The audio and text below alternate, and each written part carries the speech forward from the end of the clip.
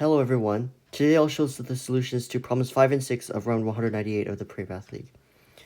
For problem number 5, Jane randomly chooses a number j from 1 to 20, and Becky chooses a different number from 1 to 20. So these numbers we call j and b respectively. We wish to find the probability that b minus j is, We wish to find the probability that b minus j is at least 2.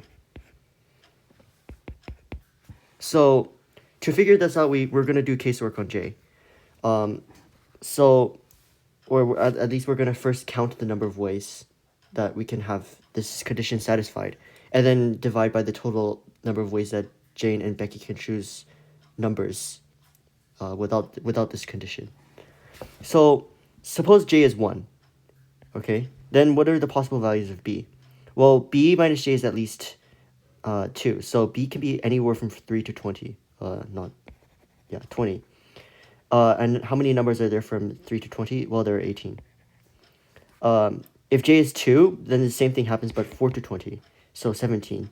And we can continue this on all the way until we find that there's only one way for j equals 18, and that is for just b equals 20. And for j equals 19 or 20, b is 0. So now we have, for every j, we have the number of satisfying values of b. So we can just add this up. And what is this? Well, this is 1 plus 2 plus all the way to 18, which is 18 times 19 divided by 2. Now, what is the total number of ways? So if Jane chooses one of the numbers from 1 to 20, well, there are 20 ways to do that. Then Becky chooses another number, but this number has to be distinct, so there's only 19 ways, because we have to ignore the possibility that they're the same. So this is the total number of ways, and this is the number of ways for which this condition is satisfied. Therefore, the probability is just their ratio. So 18 times 19 divided by 2, divided by 20 times 19. And we can see that the 19s cancel out. Some more stuff cancels out, I think. This is 9. And we get 9 over 20, which is, the problem asks for m plus n, where m and n are this and this respectively. So the answer is just 29, which is option choice A. For problem number 6, we have a soccer team with 22 available players. 11 of these players are starters. And the other 11 are just available as substitutions. So during the game, the coach may make as many as 3 substitutions, where any one of the 11 players who are currently playing is replaced by one of the remaining substitutes. No player removed from the game can re-enter the game, although a substitute who enters might be replaced by another substitute later on. No 2 substitutions can happen at the same time.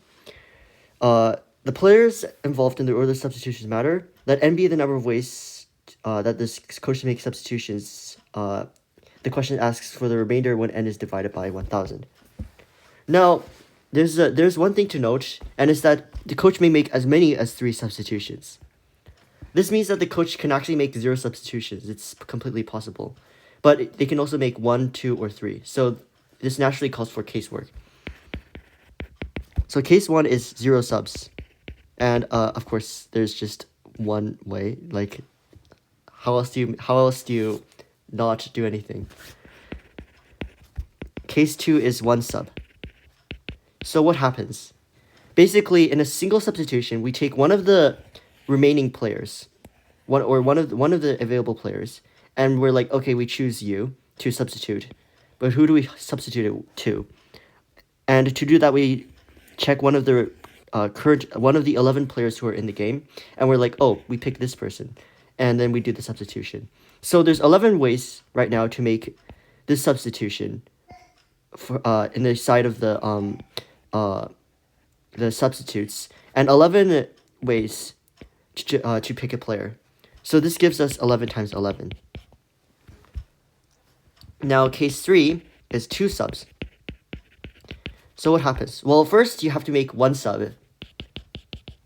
Yeah, like you have to do the subs in some order. So we're gonna do the same answer we got here, But after this, we're going to make our second sub, and things are slightly different. Because now that we've removed one player from the substitution pool, there's only 10 players left. So in this case, there's actually only 10 ways to choose someone to substitute, despite there being still 11 players in the game. So this becomes 11 times 10. Finally, case 4 is 3 subs.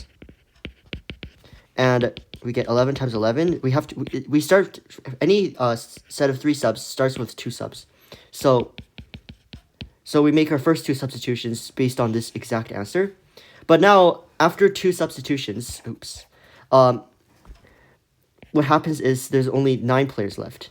So there's only 9 ways to choose a substitute. And the answer is just like, you sum these all. And what do you get? You get some big number, which it's fairly simple to evaluate on a calculator. But you're just looking for the last 3 digits because you're looking for the remainder. And the last 3 digits happens to be 1, 2, 2, which is option choice B. And we're done. Thank you for watching.